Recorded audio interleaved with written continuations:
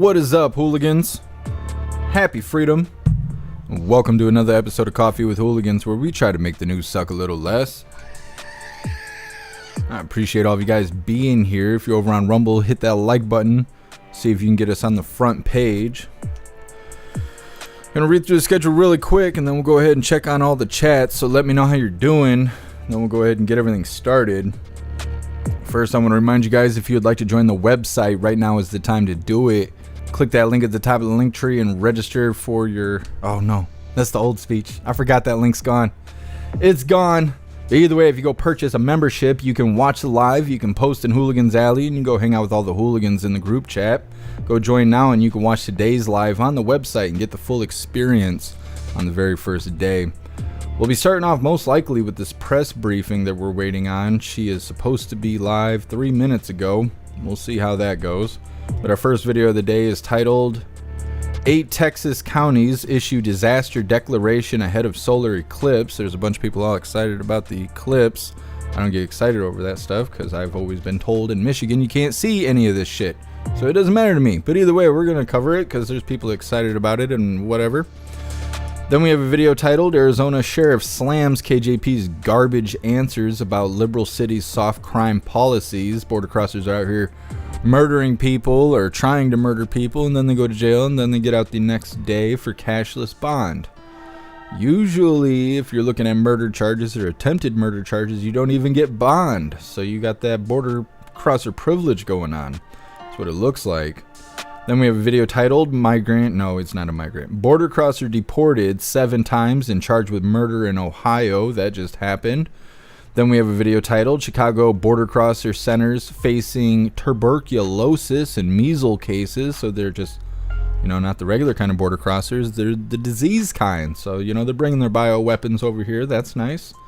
Then we have a video that we're going to cut short. It's titled Greg Kelly Exposes the Truth Between Jill and Joe Biden's Love.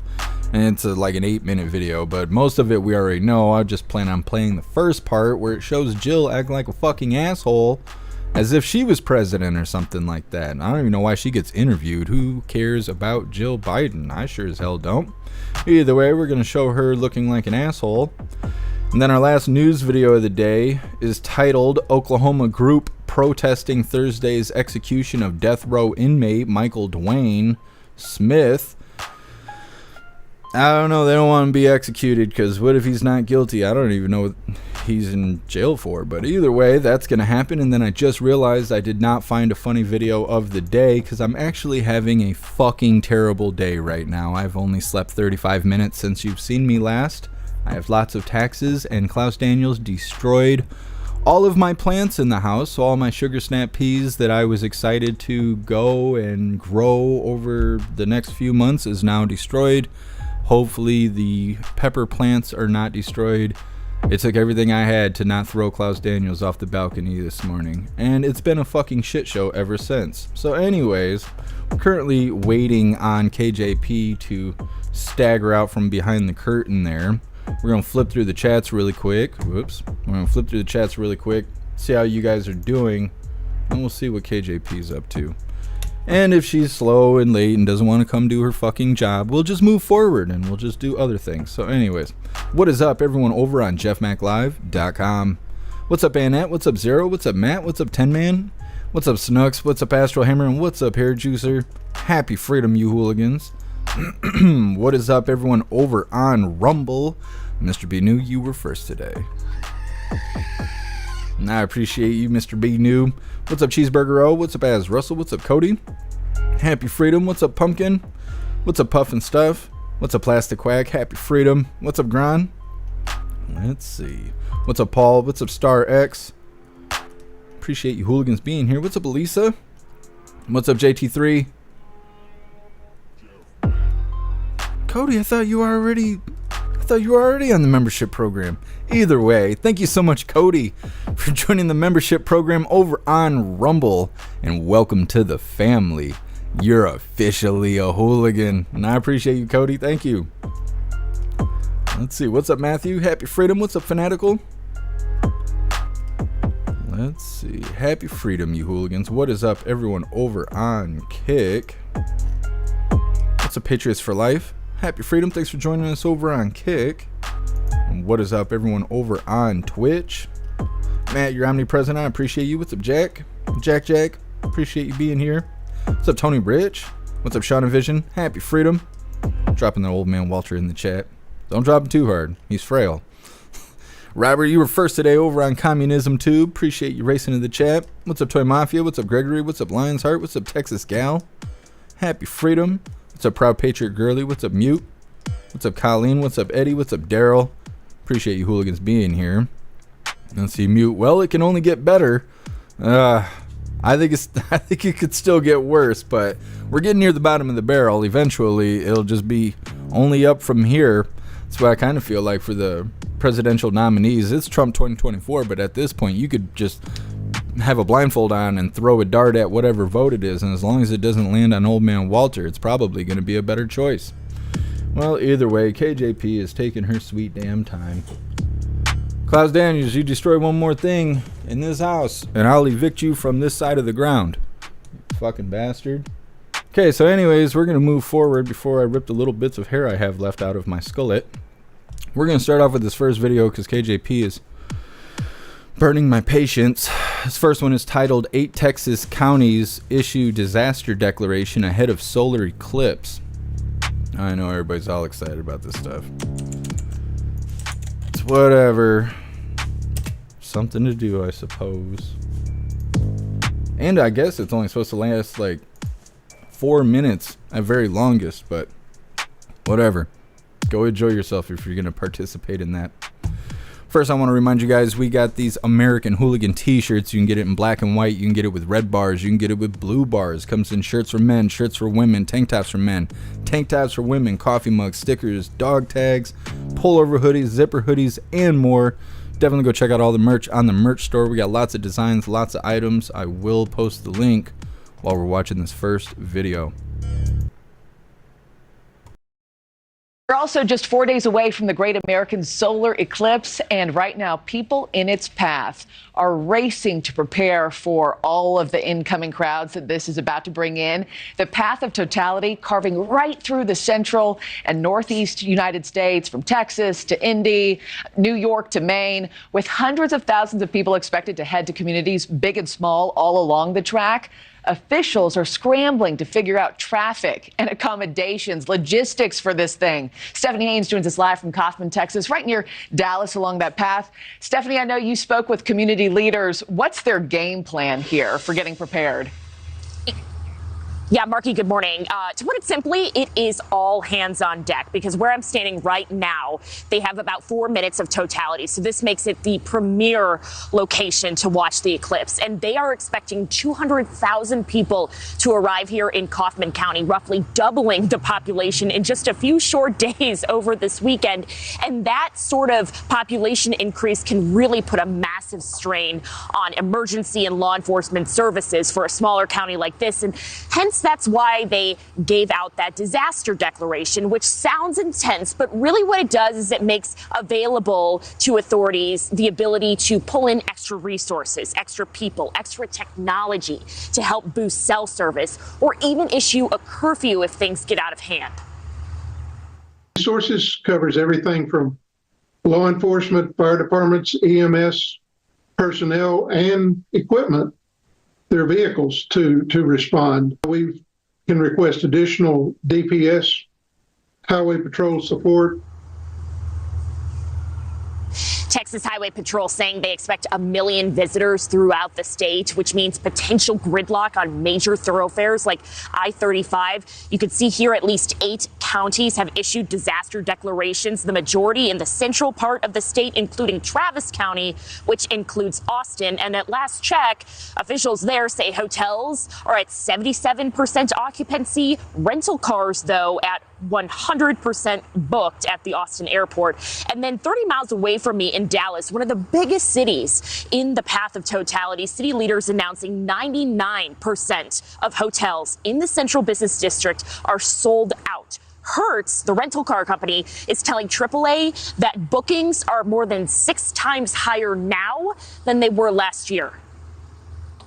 We need to ensure that our first responders can respond to emergencies and make their way to local hospitals. And so what does that mean for the people who live in the path of totality, the residents here? Officials say, listen, stay home. Watch this incredible event from the comfort of your own sidewalk if you can.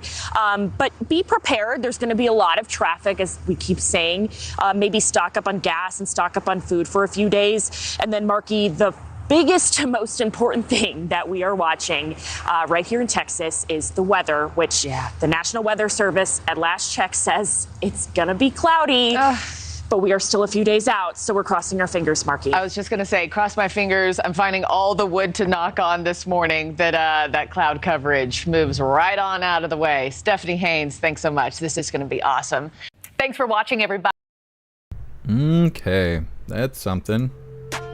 I don't know what. I don't know why people get all excited about this stuff. I remember being a young kid, 5th grade, 4th grade, something like that.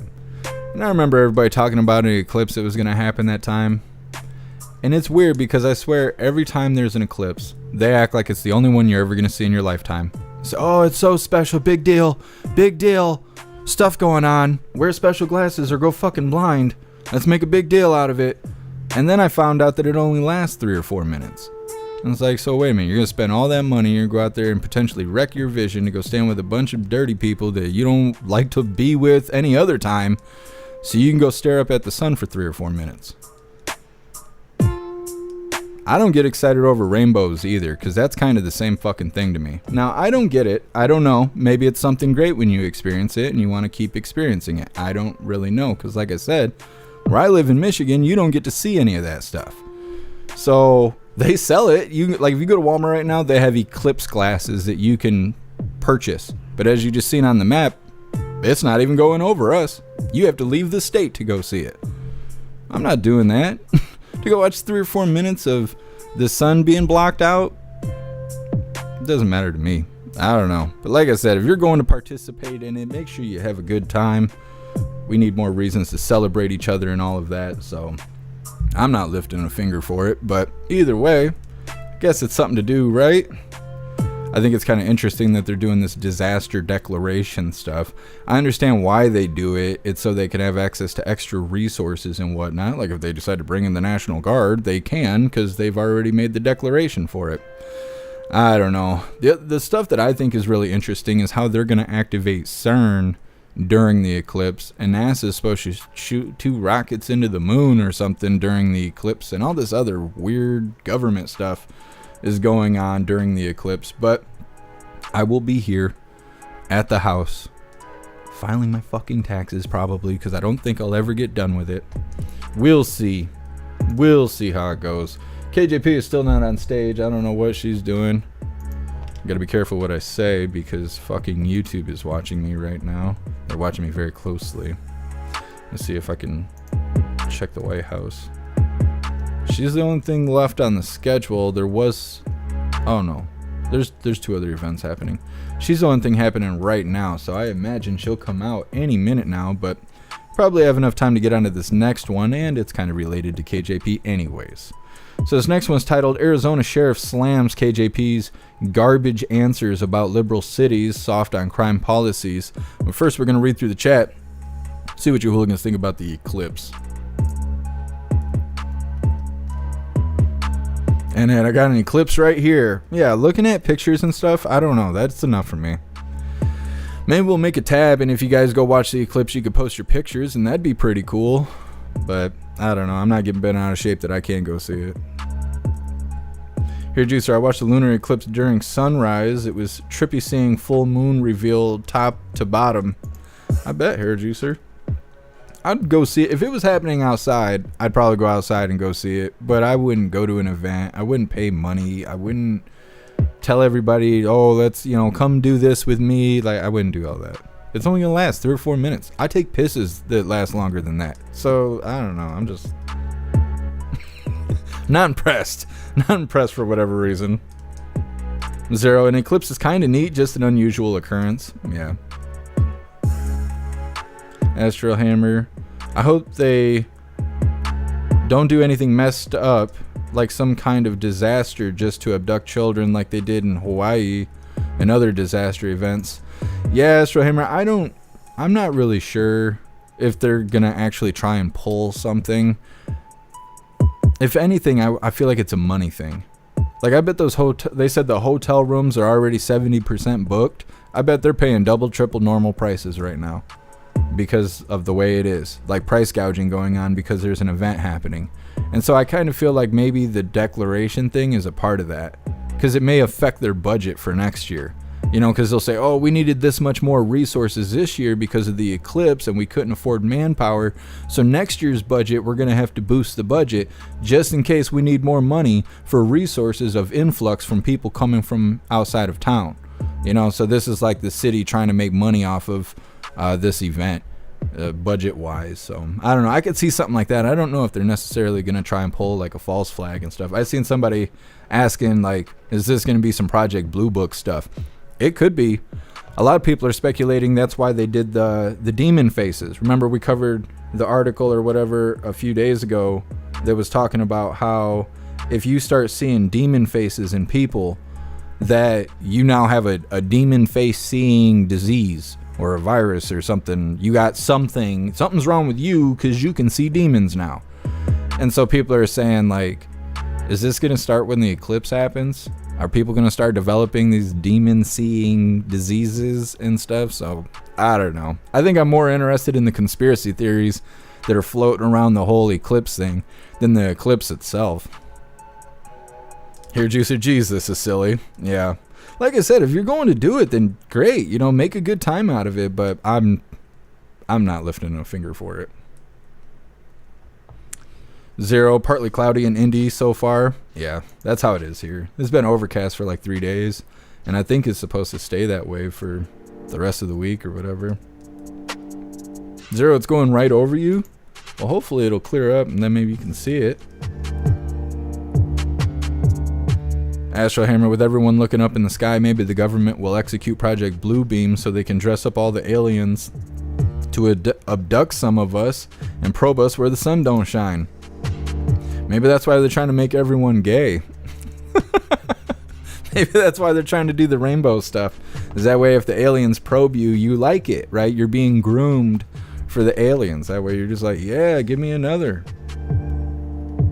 Matt, money, that's why. Yeah, that's what I think too. I think it's just a money grab. And then I put catnip plants in the house, and our cats leave the rest of the plants alone. Klaus has so much. He has so much. He's such a spoiled cat. All he had to do is leave my plants alone. He has since January. It's been fine. And then this morning, right when I opened my eyes, he went out here and wrecked the plant, ripped the roots right off the plants.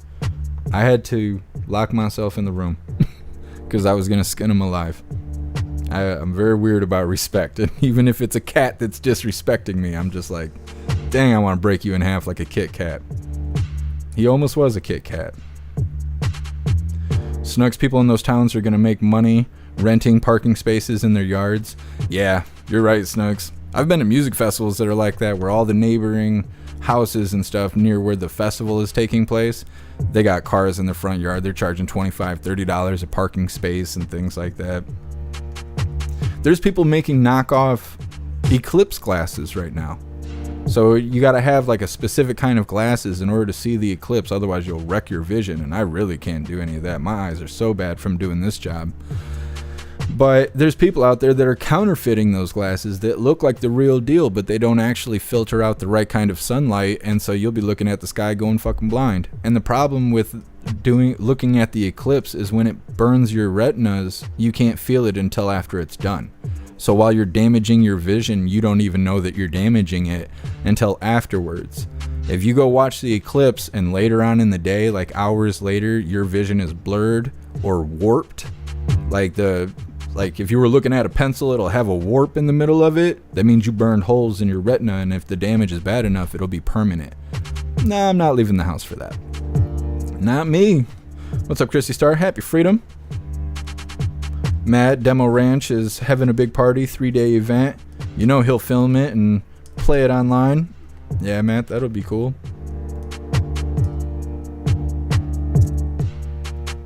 Astro Hammer, I may not be in the path, but even seeing partial eclipse will be nice. Yeah, it'll be an event, Astral Hammer. I just think people are like really geeked about it. I'm not sure why. I don't like all the... Like I said, every time an eclipse happens, they act like it's the only one that's going to happen in your lifetime. Like the shooting stars. It's the same exact thing. They're just like, oh, you won't see it again for another 500 years. I'm like, whatever, there'll be another fucking eclipse. Like, there's been like, I don't even know, 30 of them since I was in elementary school. But every time it happens, oh, this is the only one you're going to see in your life. Well, guess I ain't never going to see it then. I don't know. Thank you so much, Gordzilla, for that $5 donation over on Rumble. I appreciate you, Gordzilla. Thank you. And happy freedom to you. Easy Pass. Don't look at it. You'll get Sandra Bullock bird boxed. I never seen that movie. I know what you're referencing, but I never actually seen it. What happens to you when you look? I remember them all wandering around with blindfolds. What was supposedly going to happen to you if you didn't have a blindfold on? I didn't want to watch the whole 2.5 hour movie just to figure that out. At least I've looked towards the sun plenty of times in my life. My vision is still fine. Yeah, it has something to do with the eclipse. Like, if you look at the sun, it's whatever, but something about during the eclipse, when it moves, like, I guess when it's in full, whatever they call it, totalitarian. It's a totalitarian sun. I don't know. When it's completely eclipsed, supposedly you can look at it and be fine. But it's as soon as it gets from being 100% and the light peeks at you, it's so concentrated that it just burns straight through your eyeballs. Paul, I wonder what the ground speed of the shadow will be. Will people chase it? I've never thought about that, Paul. I wonder what it would look like. I wonder if it's so big that you wouldn't know if you were in it. Sometimes, like when you're driving underneath dark clouds, you don't realize you're like in the shadow until you see the edge of the shadow. I wonder if it would be like that. What's up, Crystals? Happy freedom.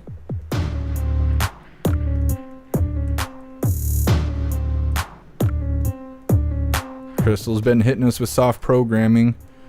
That's why in movies or on television it's shifted completely, very noticeable. Yeah, Crystals, we were talking about that yesterday, how a lot of movies and videos, like TV shows and stuff, are created by the government. Most of them are overseen by the CIA or federal agents and things like that. And it's actually like a lot of good movies.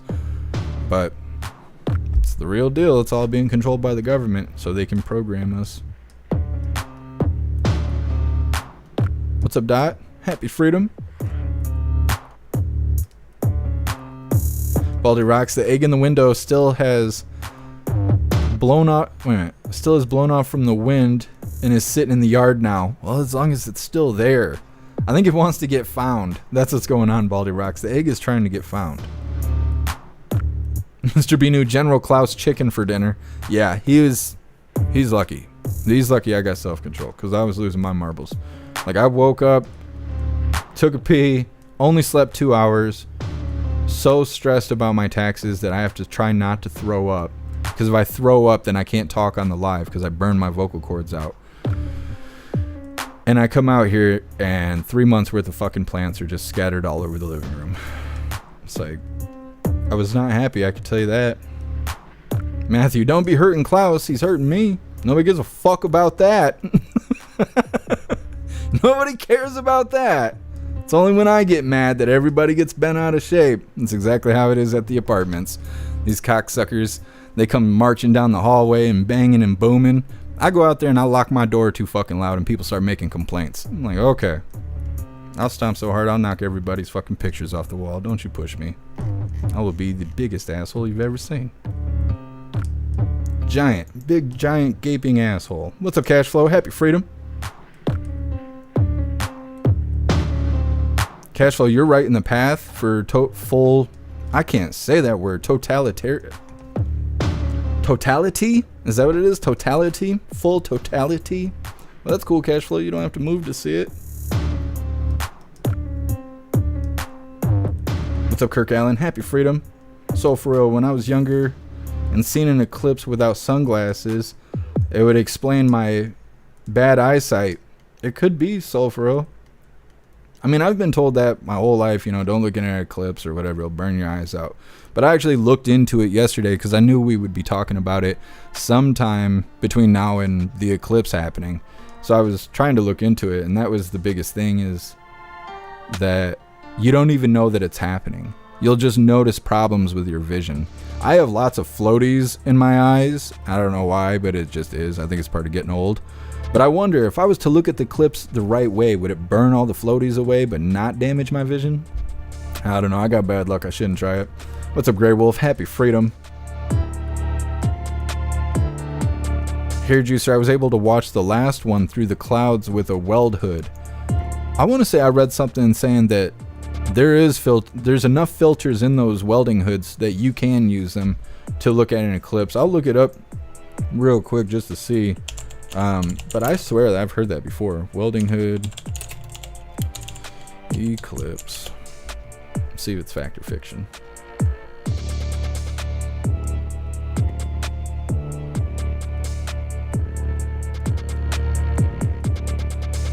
So apparently it's not great. Apparently your filter grade on a welding hood can be somewhere around 12 or 13, but if you're going to be looking at an eclipse, you should be at 14. So you can use a welding hood, but it's not good for you. It's not as good as if you got the actual glasses, I guess, is what Google is telling me. Zero, you couldn't save them plants? No, they're ripped apart because they're sugar snap peas, so they're vines, but they're shredded. I don't know what he came out here and he shredded them. I don't know what he thought he was doing, but he shredded them.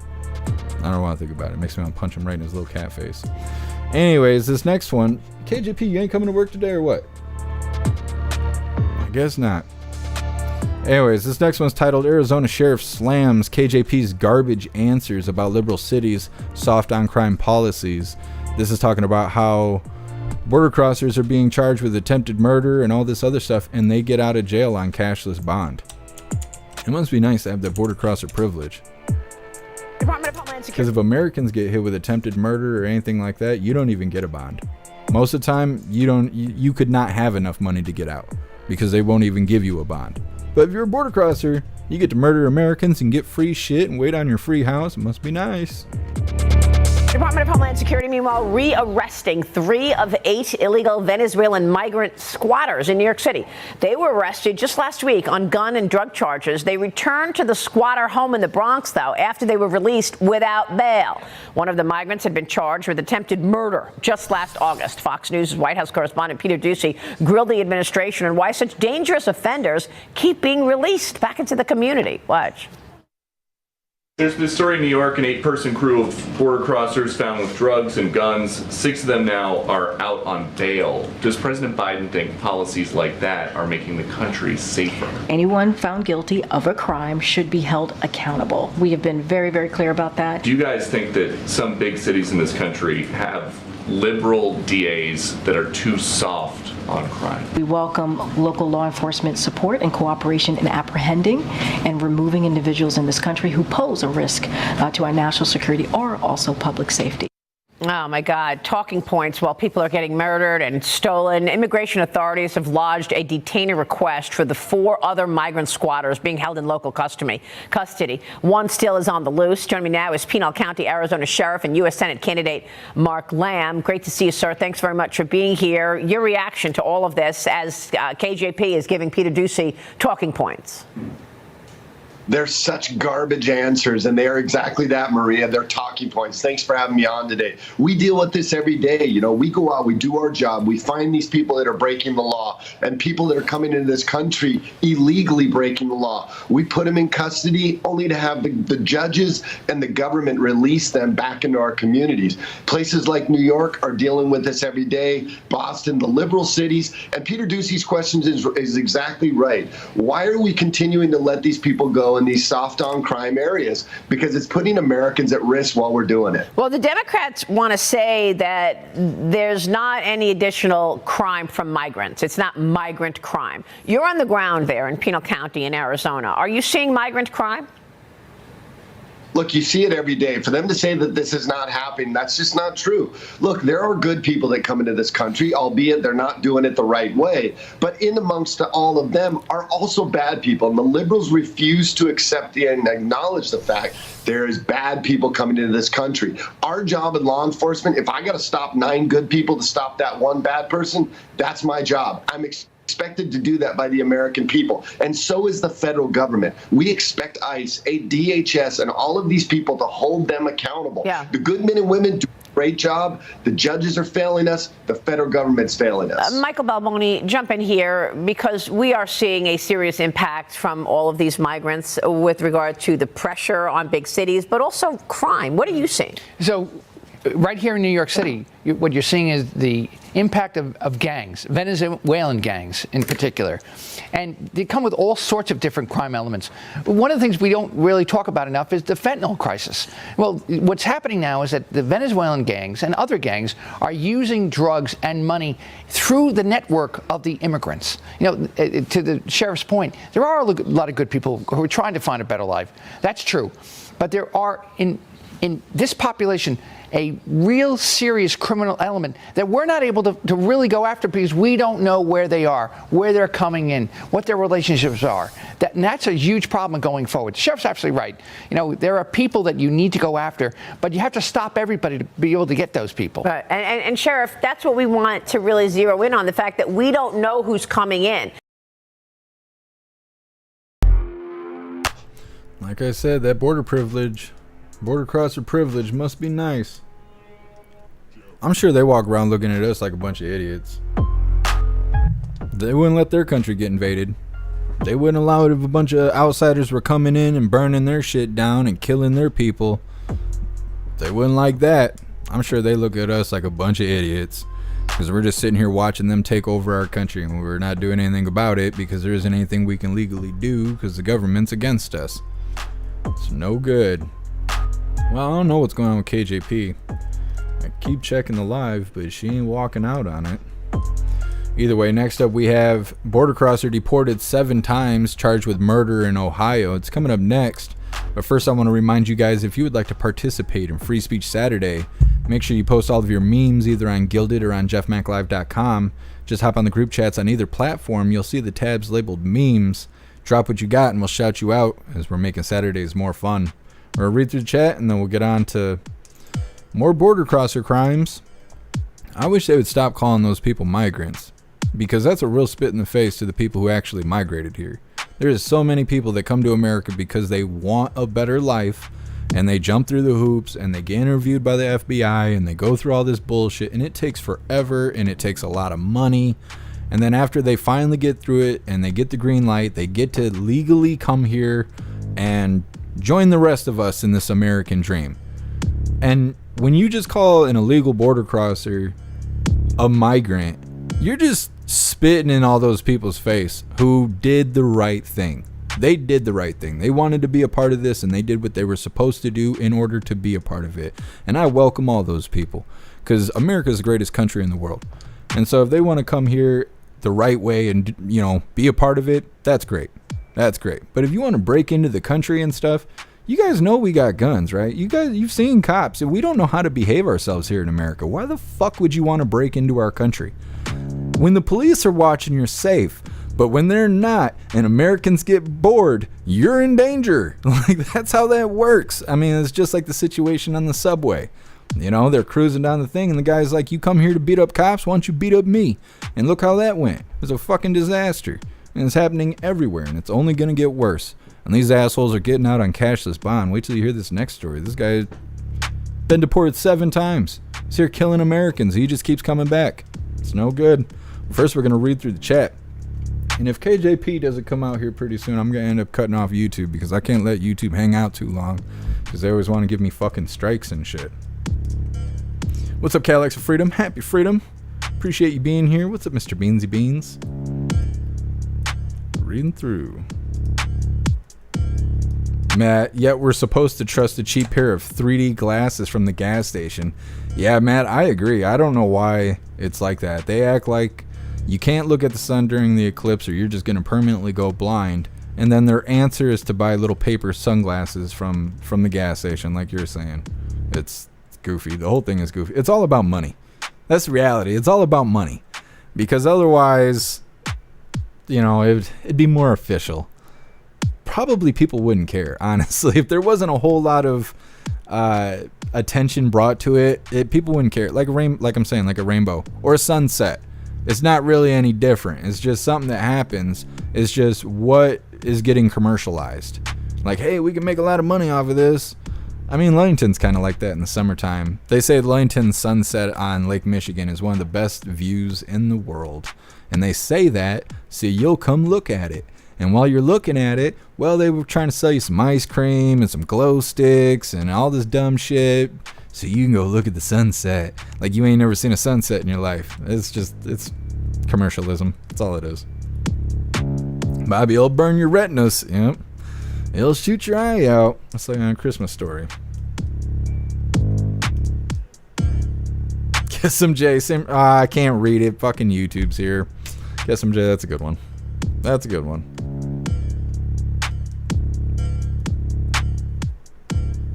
What's up, Tony Reyes? Appreciate you joining us over on Rumble. Cody, 100%. The border jumpers see us as weak because our government is weak as fuck. You're right, Cody. You're right.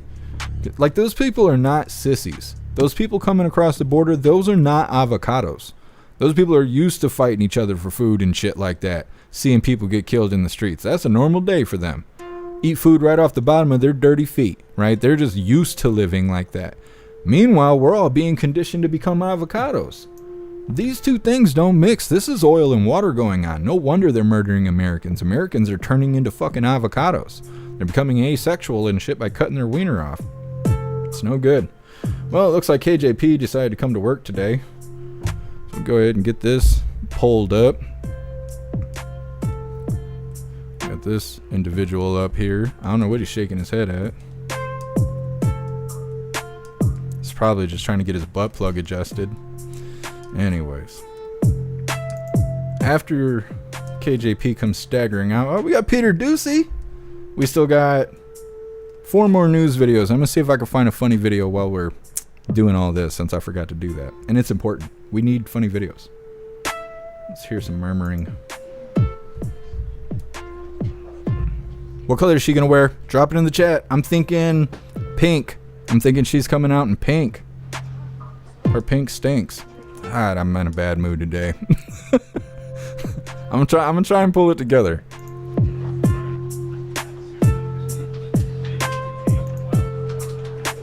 Oh, that's the old picture. Oh, I called it. You see that shit? I called it. Good afternoon. I have just a couple things at the top, and then we'll get going. So tomorrow, as you all know, the president is going to be traveling to Baltimore, where he will receive an operational update on response efforts from the Unified Command. Leaders from the Coast Guard and the Army Corps of Engineers will share updates on the assistance they are providing to state officials in surveying and removing the wreckage in the channel and allowing the Port of Baltimore to reopen as soon as humanly possible. The president will be joined by Governor Moore and other Maryland and Baltimore area elected officials. He'll also be joined by Secretary of Transportation Pete Buttigieg. As we all know, 6 individuals tragically lost their lives when the Francis Scott King Bridge collapsed last week. They were hard workers laboring in the middle of the night to repair potholes on a bridge that tens of thousands of travelers crossed every day. The president will meet with loved ones of those individuals during his trip tomorrow. Did she call them labor workers? Government approach in responding to the bridge collapse. As the president said, within hours of the collapse, this administration will be with the people of Baltimore every step of the way. SBA Administrator Guzman is in Baltimore today as part of this administration's efforts to support small businesses in need. I also want to share a very big announcement that the Vice President and the EPA Administrator Regan made today in Charlotte, North Carolina. They announced a $20 billion $20 billion in awards to expand access to clean energy, tackle the climate crisis, improve air quality, lower energy costs, and create good-paying jobs. This investment through the EPA's Greenhouse Gas Reduction Fund will stand up a national network that will finance tens of thousands of climate and clean energy projects across America. At least 70% of these funds will be invested in low-income and disadvantaged communities. This makes the Greenhouse Gas Reduction Fund the single largest non-tax investment in the Inflation Reduction Act to build a clean energy economy while benefiting communities that have historically been left behind. And finally, I want to briefly preview the president's schedule next week. On Monday, he will travel to Madison, Wisconsin, and discuss how he is lowering costs for Americans. Later in the week, the president and the first lady will host the prime minister of Japan and his wife for an official visit to the United States. This will include a state dinner on Wednesday, April 10th. The visit will underscore the enduring strength of our alliance, the unwavering U.S. commitment to Japan, and Japan's We're buying them steak dinner? role.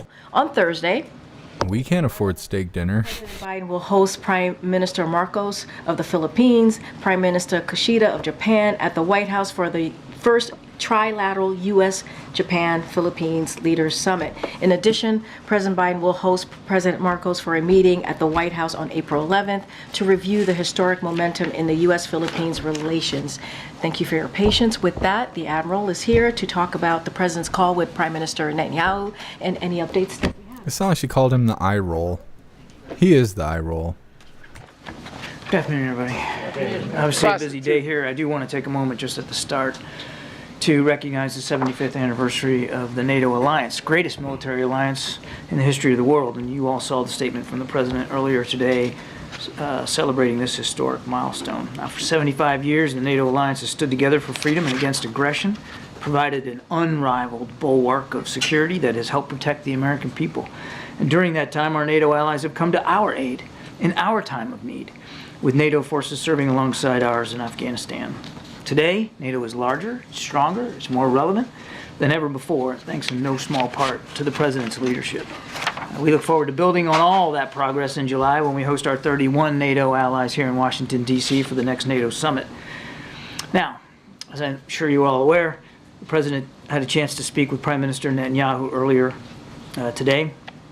On that phone call, the President emphasized that the strikes on humanitarian workers and the overall humanitarian situation in Gaza are unacceptable. He made clear the need for Israel to announce and to implement a series of specific, concrete, and measurable steps to address civilian harm, humanitarian suffering, and the safety of aid workers. He made clear that U.S. policy with respect to Gaza will be determined by our assessment of Israel's immediate action on these steps. He underscored that an immediate ceasefire is essential to stabilize and improve the humanitarian situation and to protect innocent civilians. And he urged the Prime Minister to empower his negotiators to conclude a deal without delay to bring the hostages home. The two leaders also discussed public Iranian threats against Israel and the Israeli people. President Biden made clear that the United States strongly supports Israel in the face of those threats. Come on, man. Thanks, John. First, off on that last piece there, you said you have said it from this podium several times that the Hamas was the obstacle to getting some sort of ceasefire deal, calling on the Israelis to empower the negotiators, suggested that has changed. Has the U.S. assessment of Israeli willingness to reach a ceasefire deal changed in the last several weeks? No, look, it takes active participation and the negotiation of both sides here, and that's what the President is urging. He's certainly in the call with Netanyahu, urging that the Prime Minister empower his team to the maximum extent possible to see if we can get this deal in place. And then just on the substance of the real news from the President's statement there, saying that he's going to condition future U.S. support for this for the Israeli operations in Gaza on what Israel does. First off, what is at stake? What would be potentially cut off from Israel for use in this war if it doesn't change course? And second, what do you want specifically to see from Israel or to do to protect civilians and humanitarian aid workers? I'm not going to preview any potential policy decisions coming forward. What we want to see are some real changes on the Israeli side. You know, we don't see changes from their side, there'll have to be changes from our side, but I won't preview what that could look like. Now, they talked about, I'm sorry? Is that just the body count, or is there a specific change? Again, in terms of concrete steps, what we are looking to see and hope to see here in coming hours and days is a dramatic increase in humanitarian assistance getting in, additional crossings opened up, and a reduction in the violence against civilians and certainly aid workers. We want to see that even as the Israelis work through their investigation, that they are willing and able to take practical, immediate steps to protect aid workers on the ground and to demonstrate that they have that civilian harm mitigation in place. So again, those are broad brushes. I'll let the Israelis speak to what they will or won't do here. But again, in coming hours and days, we will be looking for concrete, tangible steps that they're taking. Thanks, John. Just to go back to that point, in your readout, when you say the president made clear that U.S. policy with respect to Gaza will be determined by our assessment of Israel's immediate action, could you decode that for us? What exactly is the warning that's being issued here? I think it's very clear in the language itself, Nancy. We're looking for concrete steps to alleviate humanitarian suffering in Gaza. Again, I won't get ahead of what the Israelis will or won't say or announce. We're looking for concrete steps to be announced here soon. And it's not just about the announcement of concrete steps and changes in their policies, but it's the execution of those announcements and those decisions and implementing them. And so we obviously will watch closely and monitor how they do on the commitments that they make. And as I said earlier, if there's no changes to their policy and their approaches, then there's going to have to be changes to ours. I think what the world wants to understand is the White House warning that it may remove military aid? What exactly is the threat here? I think I've stated it pretty clearly, and I'm not gonna, as I said earlier, I'm not gonna preview steps. I'm not gonna preview decisions that haven't been made yet. But there are things that need to be done. There are too many civilians being killed. The risk to aid workers is unacceptable. Now we have certain aid organizations that are reconsidering whether they're even going to be able to continue operations in Gaza while famine looms. So there has to be tangible steps. Let's see what they announce. Let's see what they direct. Let's see what they do. But I'm not going to get ahead of that. Good, Mary. So, I'm going to try this one more time because the president. I reckon you would. That's what we do. The president seems to have said to the prime minister today, make these concrete changes or else. It's the or else that I want to make clear here. Is the president threatening to withhold aid to Israel if they do not make these changes? The president made it clear that our policies with respect to Gaza will be dependent upon our assessment of how well the Israelis make changes and implement changes to make the situation in Gaza better for the Palestinian people. And how much time are you giving them to make these changes, to implement these concrete steps? Again, we would hope to see some announcements of changes here in coming hours and days, and I'll leave it at that. That's short. Hours and days. John, why today? Why today what? Why today for the phone call? Why this apparent shift in policy today? I think, look, President, well, all of us, but particularly the president, was certainly shaken by the attack on the WCK convoy and the aid workers. As I said earlier, it wasn't the only event. There had been others like that, humanitarian aid convoys coming under fire and losing people. And the president felt strongly that it was time to talk to Prime Minister Netanyahu about his concerns. Would you characterize this call as an ultimatum? I would characterize this call as very direct, very businesslike, very professional on both sides. And the president laid out his significant concerns about the direction and where things are going. And quite frankly, laid out, as is clear in the readout, that we are willing to reconsider our own policy approaches here, dependent upon what the Israelis do or don't do. Can you just tell us who all was on the call? Well, it was a bilateral call between the two leaders, Prime Minister Netanyahu and the president. They were the only two speakers on on the call. But Vice President Harris also dialed in? Vice President Harris did dial in, yes. Secretary of State? Secretary of State dialed in, Jake Sullivan, yes. I don't know who was also listening in on the Israeli side, but the discussion was between the two leaders. MJ. So, Admiral, you're not specifying what concrete steps Israel must take exactly. I gave you some a broad sense of it. We want to see more crossings opened up. We want to see more trucks getting in, particularly from Jordan. We want to see tangible steps at the mitigation of civilian harm, particularly to humanitarian aid workers, but obviously all civilians. But we want to see that they have moved forward on I'm waving those hot dog fingers around with aid workers as they move around, that the information flow is viable. Sure, but that's language we've heard for weeks now. You're not talking about sort of telling us how exactly you will measure those measurable steps, right?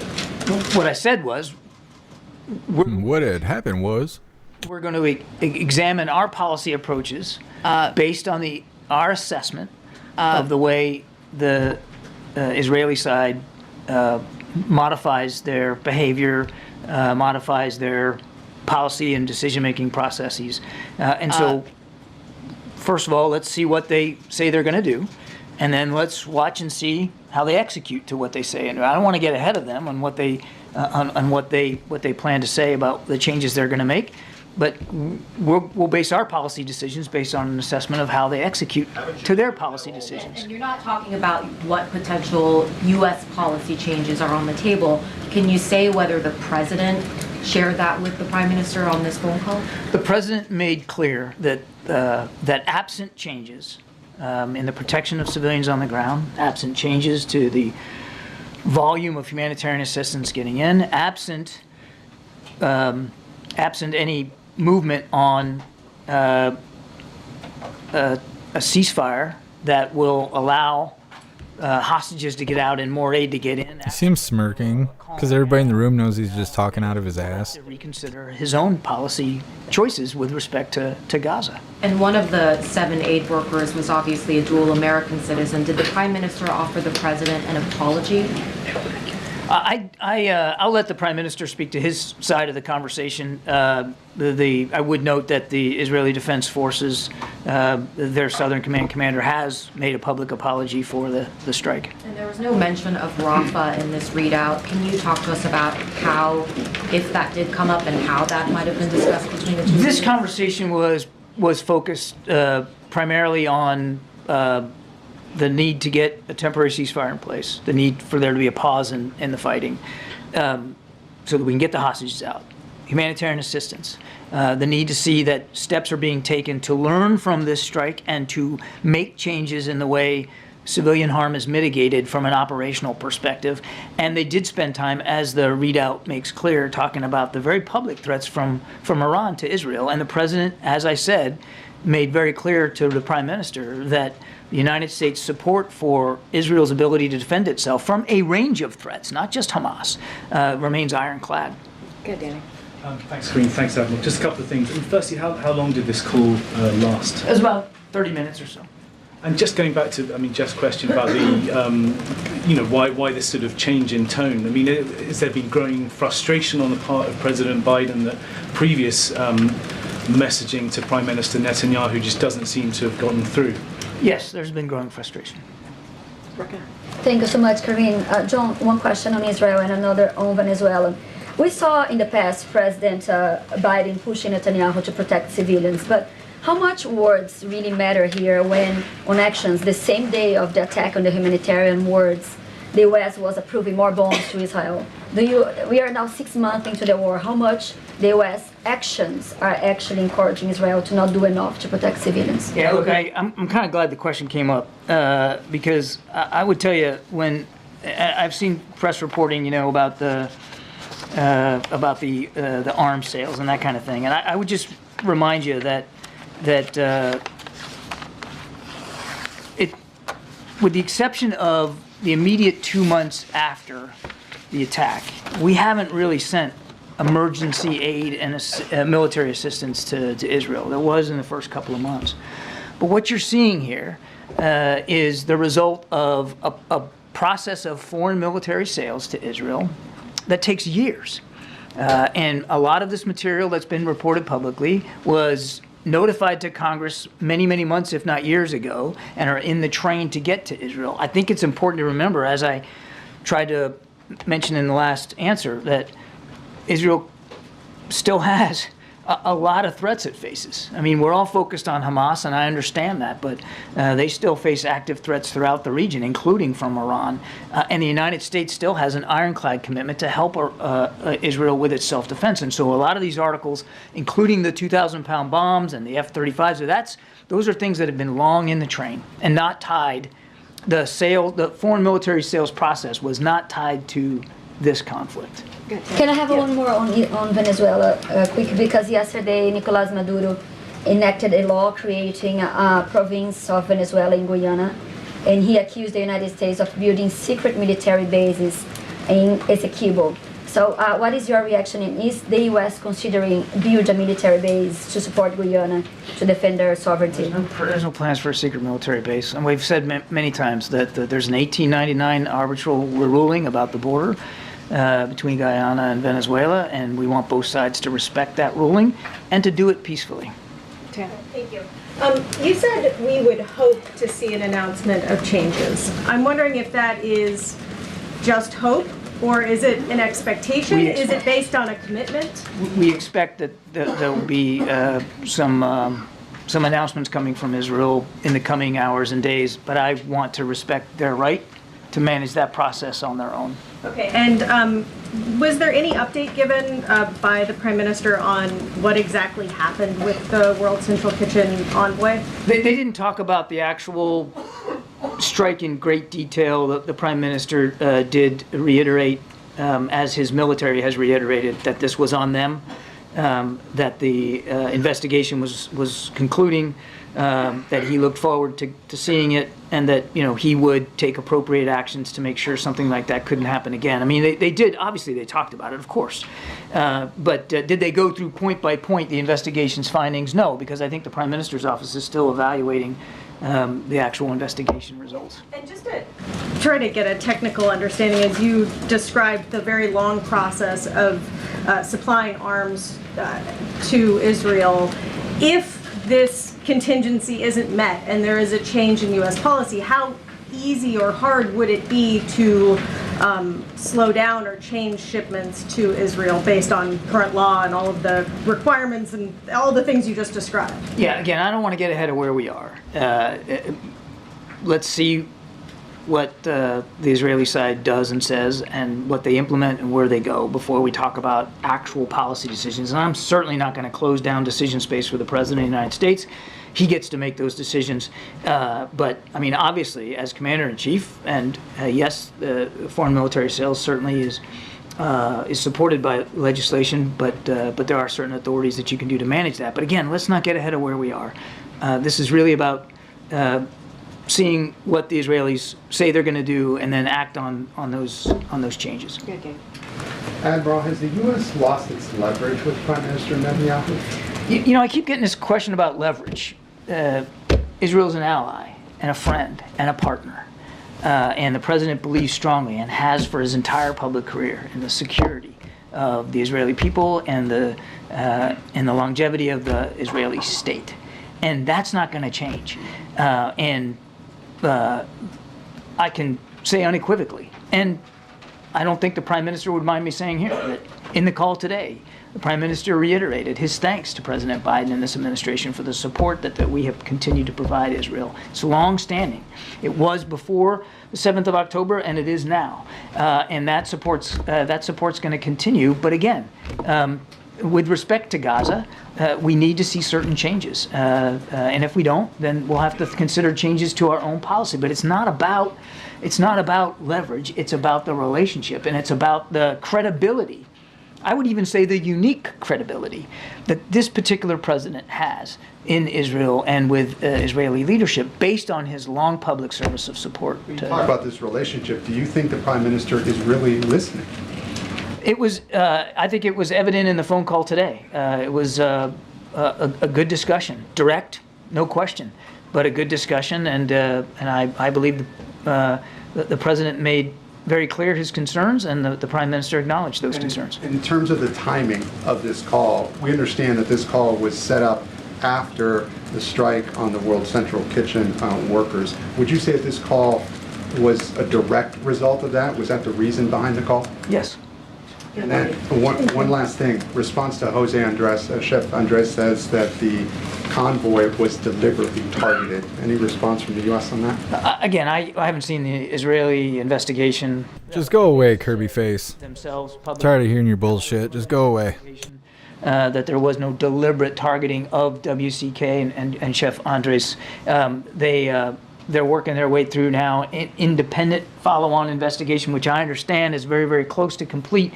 The Prime Minister just talked about it broadly and reiterated today, the Prime Minister reiterated today, that there was no deliberate targeting of that aid convoy. Good night. Thank you. Two questions. Senator Coons, who's very close to the president, said that we have reached a moment where arms restriction to Israel should be considered. Senator Warren also said that Israel has violated our own laws. Are they wrong in their assessment? The president, I think it's clear in the readout, Nadia, that the president has made it clear today that if we don't see changes to the way the IDF is treating innocent civilians and aid workers and flowing the humanitarian assistance, that he's going to have to reconsider our Gaza policy. So, I mean, he was very direct with the Prime Minister about that. I'm not going to close down his decision space. As satisfying as that may be for some of you, I can't do that. But he made it very clear that we need to see some changes on the Israeli side.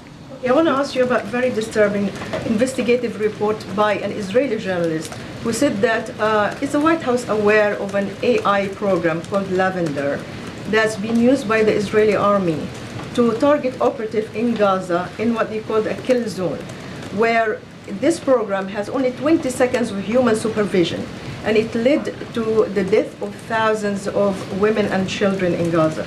Are you aware of it, number one? And second, does the White House believe that AI can be used in this way without supervision? I'm not aware of it. You're going to have to let me take that question. We'll get back to you. Thank you so much, John. I'm going to start with the Trilateral Summit, then I'm going to move on to Rwanda.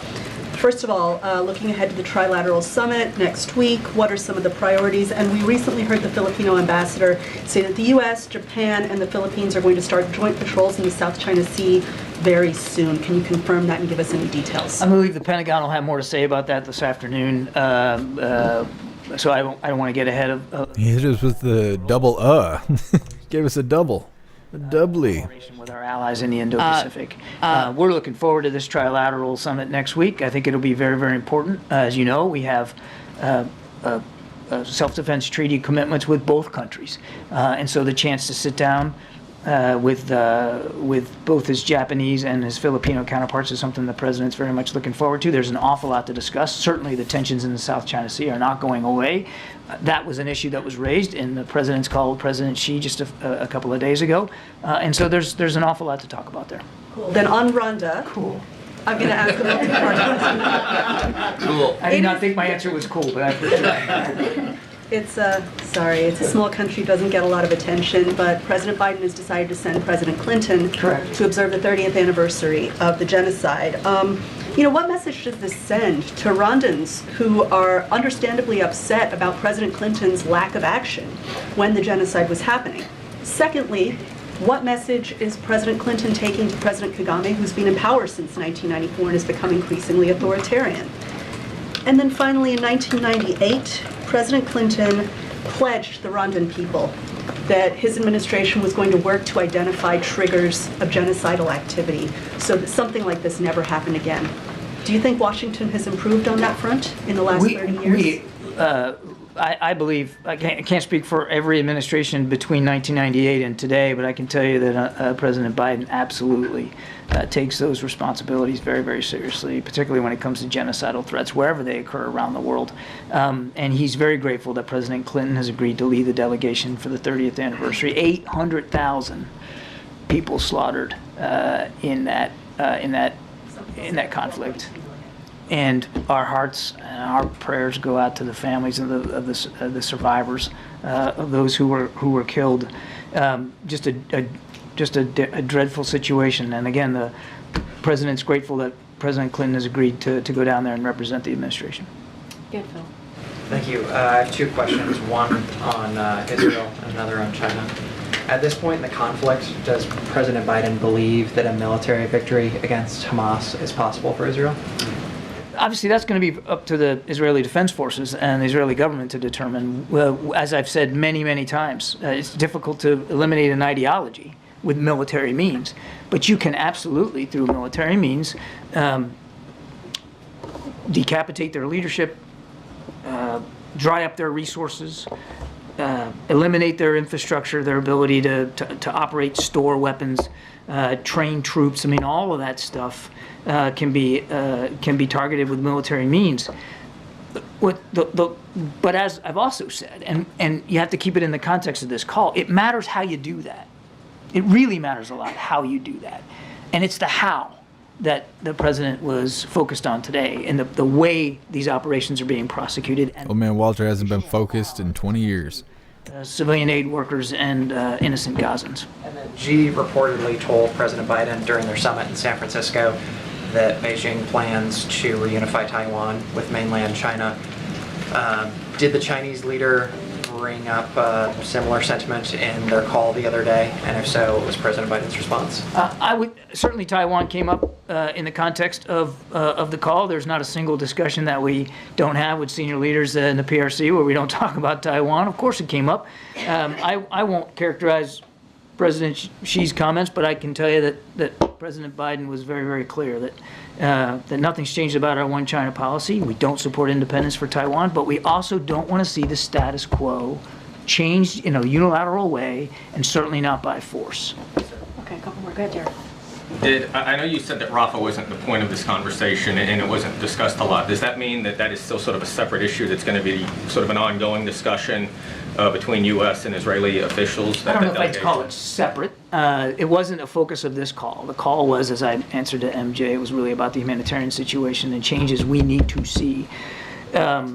But we look forward to having another conversation with Israeli counterparts in coming days, hopefully in a week or so, on Rafah specifically. And we hope this next one will be in person, but we'll have more to say about that as we get closer to it. So an operation in Rafah would not sort of run counter to these new conditions that the president laid out to the president? I didn't say that at all. I mean, one of the big concerns about a ground operation in Rafah that we've expressed is the damage it could do, the death and destruction it could render to the 1.5 million Gazans that are seeking refuge there. So, again, today's call was really focused on humanitarian assistance, civilian casualties, and that includes humanitarian aid workers.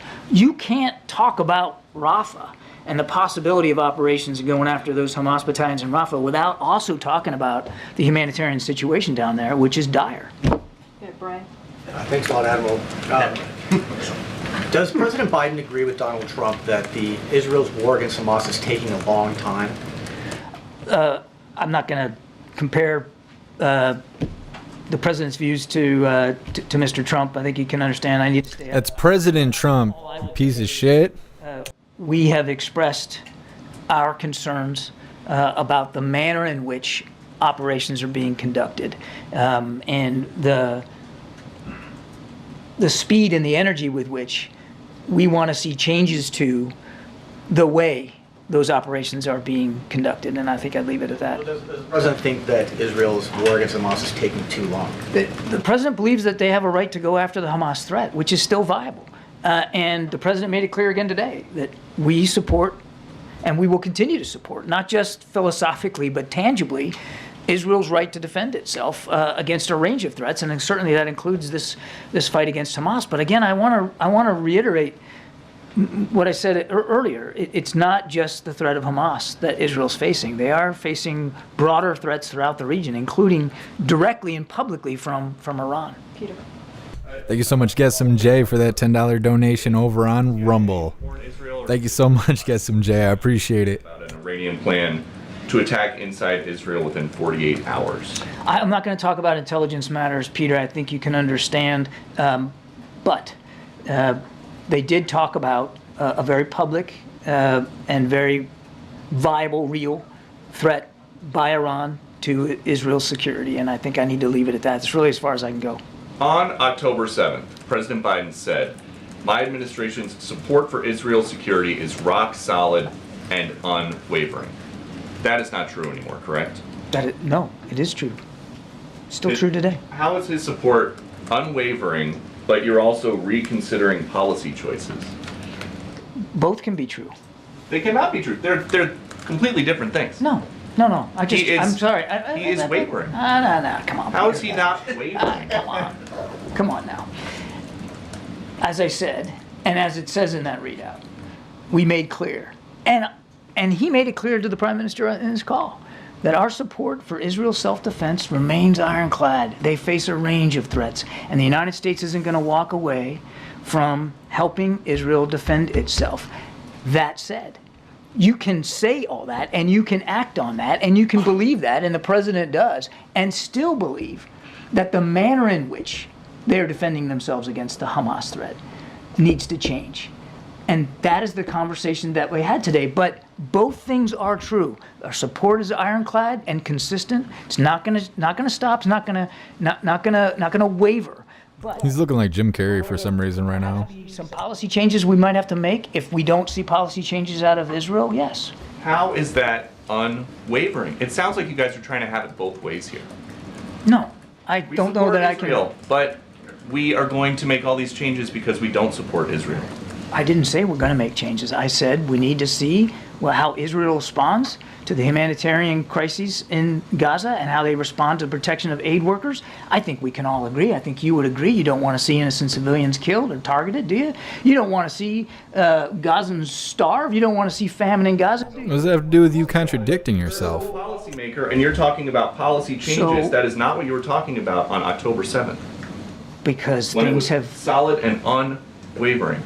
On October 7th, there wasn't near famine in Gaza. On October 7th, there wasn't a diminution of trucks getting into Gaza. On October 7th, we didn't see thousands and thousands of innocent people killed.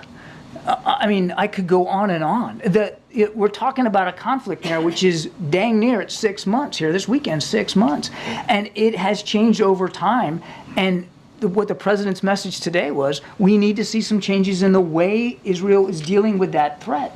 That's what two good friends and allies can discuss. So he can speak without saying, changing our support to Israel or the security of the Israeli state. And I just have to take issue with the premise of the question. Okay, just the last one then. Where is President Biden on any of this? When he wants to talk about how angry he is or frustrated he is about the high cost of insulin, he comes out and gives an impassioned speech. Where is he on any of this? He's been talking about this. He's been issuing statements on this. In private? No, that statement, last I looked, was public. But where is he? Why isn't he here right now? I'm sure you'll continue to hear from the president about this and many other national security issues. All right, we gotta wrap it up. Go ahead. Thanks. Can you share anything about White House views on the upcoming UN Security Council resolution to prohibit nuclear weapons in space, which is scheduled to vote as soon as Friday? Yeah, actually I can. And if you don't mind, I do have some notes. I want to make sure that I get this right. But I think last month, Ambassador Thomas Greenfield announced that the United States and Japan would put forward a Security Council resolution calling on all countries not to deploy nuclear weapons in space or to develop nuclear weapons specifically designed to be placed in orbit around the Earth. And we will be bringing this resolution to a vote in New York early next week. Now, the vote should be straightforward.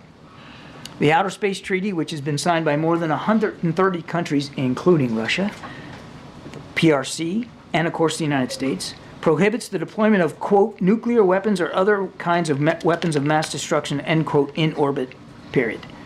And we have heard President Putin say that Russia has no intention of deploying nuclear weapons in space. So we look forward to Russia voting in favor of this resolution. There should be no reason why not to. And if they do, then I think that should open up some really legitimate questions to Mr. Putin about what his intentions really are.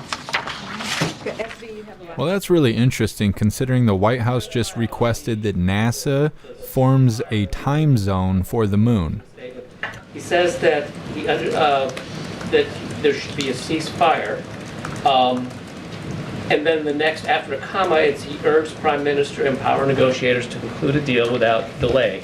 So are the two tied together, or is he saying ceasefire right now, and then the other thing later? I mean, how immediate is immediate? I can't really improve upon the president's language. We want to see a pause in the fighting. We want to see a ceasefire immediately, so that we can get more humanitarian assistance in and create a set of conditions where aid organizations feel better about operating inside Gaza, because as we've already seen it as a result of the attack on the WCK workers, that some aid organizations now are pulling back. So we want to see that immediate ceasefire in place. We also, of course, as we've said many times, think that could also provide a window here to get the hostages out. All right, thanks. Thank you so much. Thank you very much. Thanks, Admiral. Was it an ultimatum? Run. All right, thank you so much, Admiral. Prostitute. She looks like she's got pectorals. The call, or after the call, has the White House briefed lawmakers on Capitol Hill about this potential change in U.S. policy? What is at stake here? Well, look, I think the Admiral made it very clear. We are giving the Israeli government an opportunity to deal with something that is pretty serious.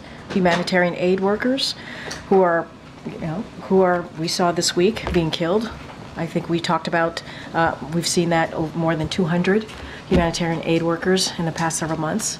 And so that needs to stop. And so we're giving the Israeli government, as you heard from my colleague, come up with some ways, some measures here on how to avoid that. We have to keep civilians safe. We have to keep humanitarian workers safe. And so I don't want to get ahead of that. We're always having conversation, always in contact with congressional members. I don't have a readout of outreach that was done right after the call. Obviously, the call ended not too long ago, and so don't want to get ahead of that. But I think in that readout, the president made it very clear where he stands in this moment. He made it very clear after the horrific, what happened to the horrific affair. We got to protect civilian lives. We have to protect humanitarian aid workers, and those conversations certainly are going to continue. And you got a question yesterday whether the president's conversation with the doctor who'd been in Gaza on Tuesday was his first interaction with somebody who'd been on the ground in Gaza since the war began. I was hoping you might have give us an answer on that. So a couple of things. I did have a moment to look into that. And so, as you know, the president and his senior team have been pretty actively honoring their commitment he made in continuing that ongoing engagement with communities directly, obviously impacted by the conflict in Gaza. And he did that by hosting community leaders just this week, but also you've seen the senior White House officials going to Michigan, going to Illinois, and continuing those conversations over the past several months.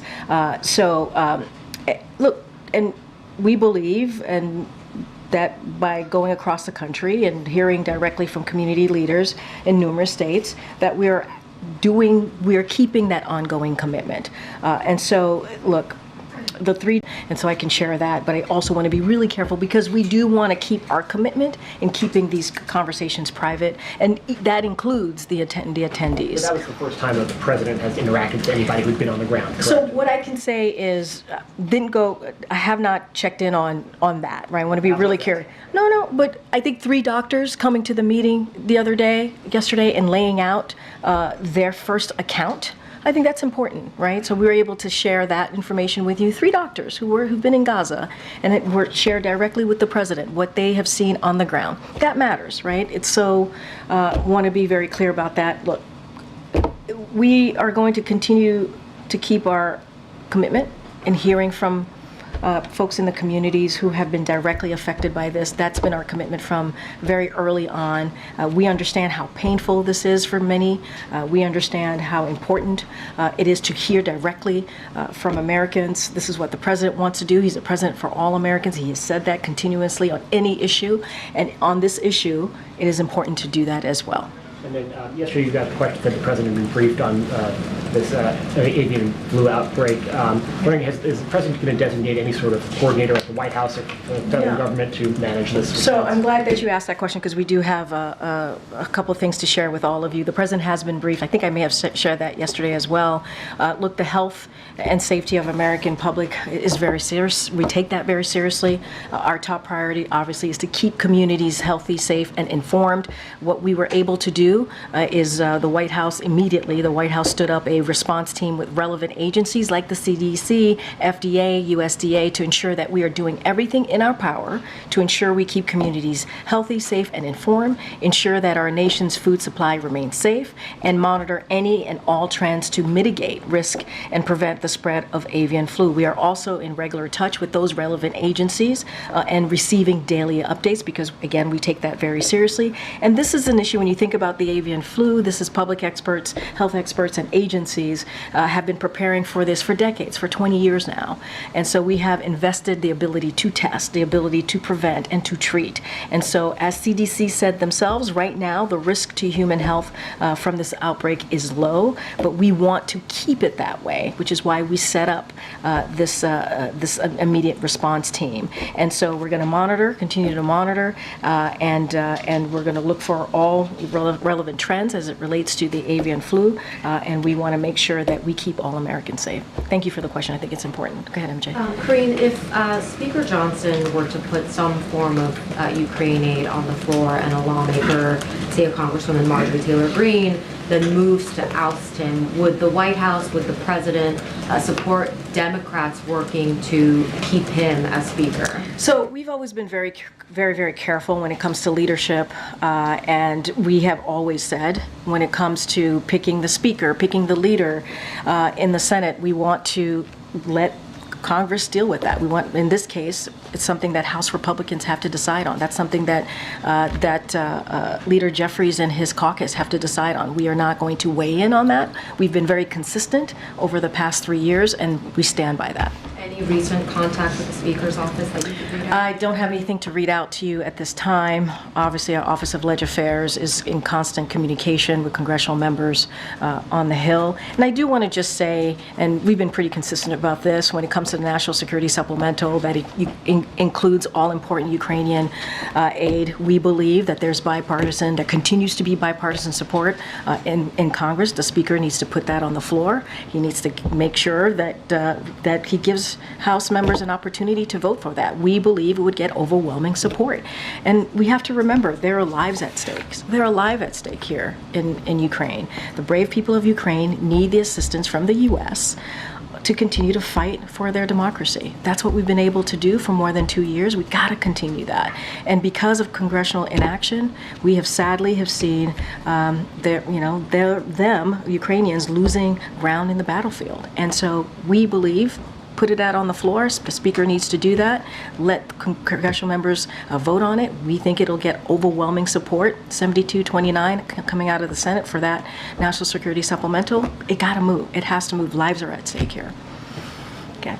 Karine, was the president briefed yesterday, or did he see the comments by Jose Andres in his interview with Reuters? He's aware. He's aware. He's been briefed, and he's aware by the comments. Look. You saw the president. We put that in his statement. Obviously, we made sure that it was in his statement how he felt about his relationship, his friendship with Chef Andres. He considers him a friend. He sees him as a hero in everything that he has done, not just in Gaza, but across the globe, in feeding people who are in need, the humanitarian assistance that he provides. We have said the op-ed that he wrote is incredibly powerful, and the first couple of words out of his statement yesterday was outrage and heartbroken. 7 people died. Outrage and heartbroken. Was he concerned about the discrepancy, though, between how Chef Andres described a deliberate attack on his workers versus what the White House and Israel have said in terms of describing that attack? Look, there's an ongoing investigation. We're going to let that investigation move forward. And we certainly, I think we all can understand how heartbroken Chef Jose Andres is at this moment. We understand that. We are mourning with him. We are mourning with the U.S. Embassy in Jerusalem. Does the president or anyone else at the White House plan to reach out to them? So, don't have a readout for you at this time. Look, we've been always very clear about this, that our hearts, and I just said this to Jeff, our hearts go out to the families. It is tragic. Don't you be lying about me, bitch. You didn't say shit to me. Obviously, to the family of Jacob. And, you know, he and the World Central Kitchen workers were doing heroic work, as I just mentioned. And what happened on the ground as they were doing that heroic work in Gaza is tragic. It's devastating. It's heartbreaking. And we just don't have any additional calls to read out right now. I expect members of the administration to be in touch with the family to express our condolences directly. Just don't have anything to read out at this time. But obviously, our hearts go out to all the families who lost someone they loved. And several Democrats are now calling for an independent investigation into what happened here. Is the White House open to changing its position on this? We're going to let the Israeli government do their investigation and see where that takes us. I don't want to get ahead of that. They're doing an investigation. We have said we want it to be comprehensive. We want it to be make sure it has accountability. We want it to be swift, obviously, and we want it to be public. So don't want to get ahead of that. Let that process move forward, and we'll see where we are from there. Okay. Thanks, Green. So yesterday, John Kirby said that the U.S. would not consider a shift in their policy towards Israel until that kid's like 12 years old. Of the World Central Kitchen strike, and just now he said that the U.S. may consider a change if they don't make changes in Gaza within hours and days. So where's that shift coming? I think we're talking about the conversation that happened today with the president. As we have said, it was very direct, it was productive, it was professional, 30-minute conversation, and it was based on humanitarian aid, protecting aid workers, which is really important, protecting civilians, and that's what the conversation was primarily about. And what we have said, it's in the readout, that we want to see measurable changes to protect those aid workers, to protect civilian lives. And so that is what he was talking about. That's what the president laid out in the statement that we put out. You heard that from Secretary Blinken today. And I think that's the way that we want to make sure that we want to be very clear about that. We want to see measurable changes to how humanitarian aid workers are protected. That's what the conversation was about. And that's the changes that we want to see the Israeli government present. That's what he was talking about in the days to come. And if I could just get one more. Sure. Yesterday, Benny Gantz, the Israeli war cabinet minister, called for Israel to hold early elections by September. Where does the White House stand? We're not gonna get involved in the Israeli government or any government's elections. That is something for them to decide on. It's not coming from here. Okay. I have a question about electric vehicles. Ford said today it's delaying production on an electric SUV. Tesla earlier this week said that its sales are plunging. Do these types of developments make the administration rethink their EV policy? No, not at all. Look, when it comes to it's not a policy, it's an agenda. Thank you so much, Cody, for the $5 donation. Dropping the boobs in the chat. I appreciate you, Cody. Thank you. Last year, EV sales surpassed 1 million for the first time ever. That's a 50% increase. That matters. Under President Biden, EV sales have more than quadrupled. Sales of hybrids and EVs are now a record high of 18% of all light-duty vehicle sales. Average price of an EV is down 20% from just a year ago, just 1 year ago. So we believe that this is part I'll be right back. I should say, the president has always said that he wants to make sure we do everything that we can to lower cost, lower prices. This is part of that. And also do everything that we can to deal with a climate crisis. And this is part of that. So is it realistic to go from about 7 or 8% of sales to 50% of sales in 8 years if the automakers themselves are cutting back on production? We believe, and we've seen that U.S. manufacturing jobs have increased. Jobs have indeed increased. And when you see a boom like this, that means you need auto workers, right? It can't happen on its own. And so we believe this is working. We believe this is part of what the president has promised. And we want to see a manufacturing industry that's for the future of this country. And that's what we're seeing. And that's what the president's working towards. Question about yesterday's call with President Xi. If President Biden is concerned enough about TikTok to bring it up on a call with the president of China, why is he and why is the vice president, why are they still making videos for TikTok? That's coming out of the campaign, so I would refer you to the wait, that's, I understand. It is the campaign's decision. I would refer you to the campaign. We have been very clear. We are not trying to ban TikTok. We're not trying to ban TikTok. We're talking about a divestment. You heard that from the National Security Advisor when he's been here a couple times at the podium speaking to TikTok and the legislation and how we're trying to move forward. It is a platform that we really need to take seriously here. We're talking about on national security. And so we've talked about not banning, divesting. Not banning, divesting. So we want to be very clear about that. Go ahead, Karen. Thanks, Karen. There's a report from Bloomberg that the White House, specifically Jeff Zients and Will Brainard, are calling major Baltimore employers, including Amazon and Home Depot, encouraging them to not cut jobs in the wake of the bridge collapse. Can you confirm that that outreach is happening and other outreach like that? And what is the message from the administration to those big companies? So a couple of things that, and I think I've read this out before, that we have been doing as it relates to supply chain. Cheers, hooligans.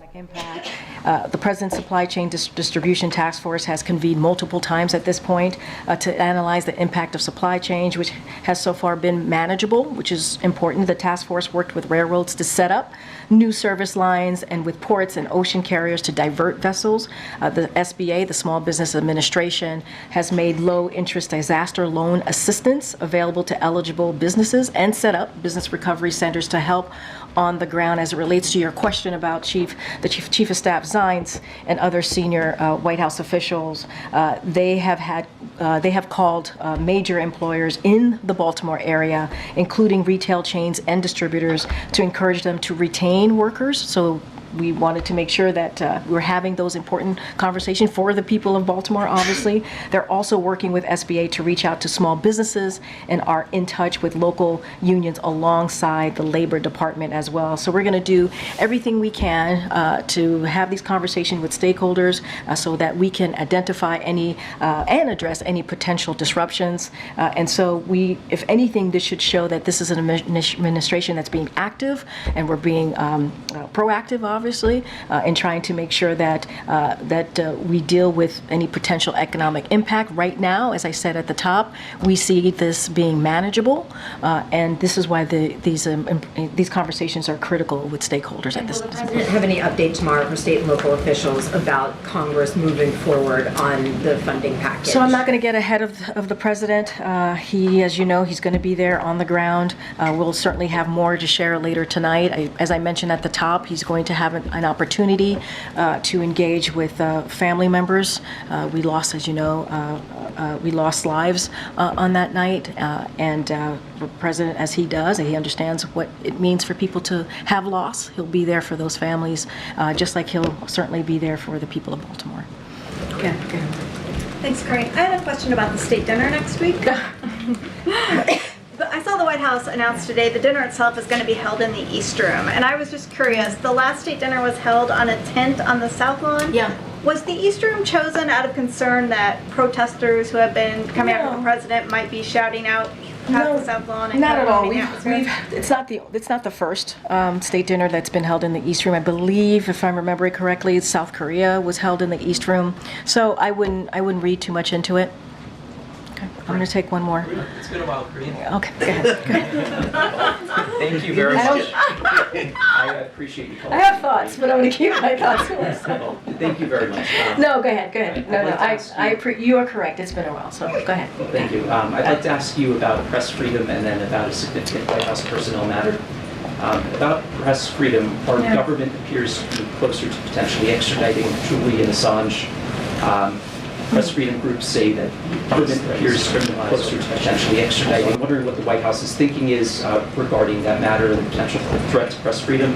Does the White House have a stance on the pending federal press shield legislation that passed the House and that Senator Schumer told me he hopes reaches President Biden's desk this year? You're talking about the Press Acts more specifically. Look, and I've said this many times. I said this last week, where journalism is not a crime. We've been very clear about that. As it relates to this particular legislation, Bullshit. You guys have social media pulled journalists' posts down every single day. You fucking liar. October of 2022, the Justice Department codified a policy to ban subpoenas of journalist records. The president strongly supports the right of free and independent press. That is something that the president talked about when he was at the Gridiron. The president talked about this at the last White House Correspondents' Dinner. He's been very consistent about this, and I'll just quote him for a second. "A free press is a pillar of any free society. And while we may not always agree with certain coverage or admire it, we do admire the courage of the free press. Journalism, again, is not a crime." Before moving on, just to confirm, no stance yet on the Press Act that you're aware of, and the Assange matter, is there concern about that?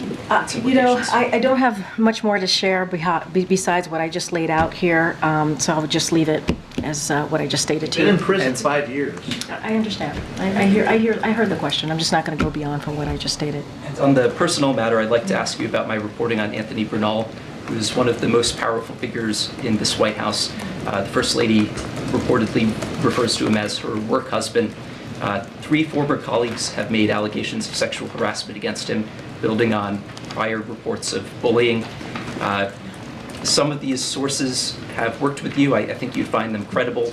But Chief of Staff Zients issued a statement dismissing the allegations as unfounded attacks without even investigating them, which my sources say they're alarmed about because they say it could chill sexual harassment and bullying reports. How can the White House potentially or possibly justify not investigate these allegations when the president says he will fire So a couple people? things. I don't know who your sources are, so I can't, just with all due respect, I can't speak to that, right? I just don't. I mean, they're blind sources. I can't speak to that. What I can speak to is you saw a statement from our Chief of Staff, Jeffrey Zients, saying they are unfounded. You saw a very strong statement from Anthony himself. It was obviously in your reporting, and he said the same. And I cannot speak to personnel investigations here or anything like that. That is not something I will ever speak to. And I'm not saying there is one. I'm just saying that I cannot speak to that, and that's not something I can do. But hold on.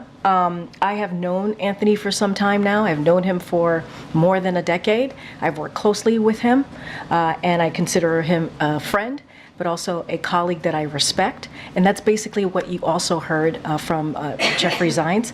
I just don't have anything else to share beyond your reporting. This, though, because the president said he would fire people for disrespecting colleagues, and there's no investigation. I just said to you that they have said themselves, Jeffrey Zients and also Anthony Bernal, that they are unfounded. I can't speak to your sources. Those are your sources to speak to. I cannot. But no special status come from the First Lady shielding him, as some sources believe? I've answered the question. Anthony Bernal spoke for himself. You heard from our Chief of Staff. And gave your publication a statement, obviously, and you've heard from me. I don't have it. I don't have anything else to share. I don't have anything else to share on that. So we don't end in that way. Crooked people. Brian. I guess I want to just clean up something that you've spoken to today. Would you categorize the conversation with Netanyahu that we've been told about all day long? Was it an ultimatum? Did we deliver an ultimatum to him? No, I mean, look, was it a shot across the bow? It was a direct conversation. It was an honest conversation. It lasted 30 minutes, as you heard from my colleague. And we have said this many times before. You've heard this from us. You've heard this from the president himself. The prime minister and this president have known each other for decades, and because they have known each other for some time, they have been able to have a direct and honest conversation. And so after what we saw, especially with seven lives taken who were part of the World Central Kitchen workers, right? Who were doing heroic acts, providing humanitarian aid. After what we saw, and you heard from the president, he was outraged. He was heartbroken. He wanted to have this direct conversation on how to keep humanitarian aid workers safe, protected, and also civilians, innocent civilians. And that conversation has been happening for some time. And so on protecting innocent civilian lives. I mean, that's one of the reasons, as I stated moments ago, why he wanted to make sure that his team and the Prime Minister's team came together to talk about their potential Rafah operations, because he believes that we need to protect civilian lives and a major military operation. Yeah, unless it's American civilians, you just let the border crossers come here and rape and kill us, and that's cool. But we have to make sure that we protect innocent lives here. So they had a very direct conversation. That is because they've known each other for many decades. All right, everybody, thank you so much. We'll see you. Hopefully, we'll see some of you in Baltimore tomorrow. Prostitute. Peter didn't waste no time. He was up and out of there. What a bunch of bullshit. No wonder we don't cover that dumb shit every day. Holy, maybe once a week we can handle some KJP, but good lord. That's a whole lot of talking, making a whole lot of no sense. They'll never want to talk about what's going on here in America. They always want to talk about overseas. We're all supposed to feel bad for the people overseas while we're sitting here suffering. It's a bunch of nonsense. They're out there inventing their own words and shit, changing definitions and whatnot. Anyways, let me figure out where we left off here. I believe this next video we're coming into...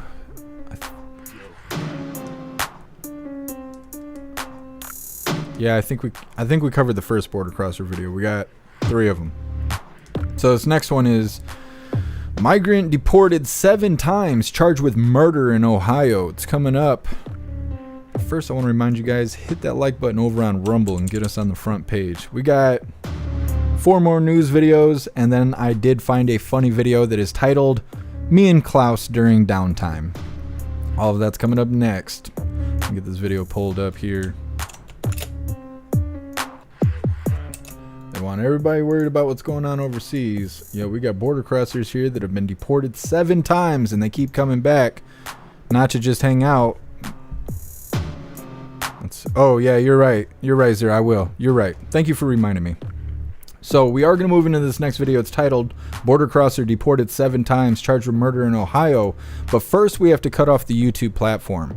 The buffering that we were experiencing during the press briefing is because we were being investigated over on YouTube. I said something, or they said something, or somebody said something in the chat that YouTube didn't like, and it was causing the buffering. The pull on my bandwidth is what was causing the buffering across platforms. I can tell because I can see my bandwidth. I can see my live bandwidth at all times, and when my shit's running 7, which is what it's supposed to be, that means you shouldn't be experiencing buffering. So when you guys tell me you're seeing buffering, I check my bandwidth. If it's below 7, it's my fault.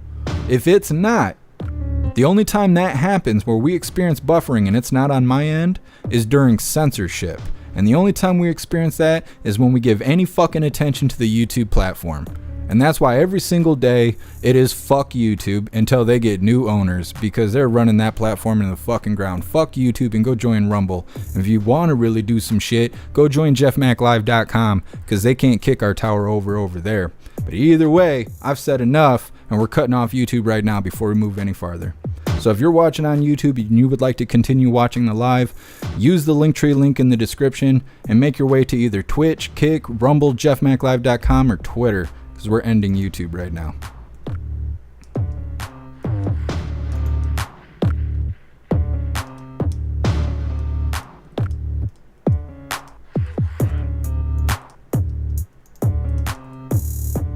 There we go.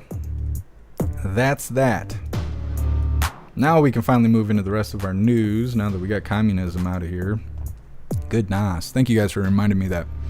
Alright, like I said, this video is titled "Border Crosser Deported 7 Times.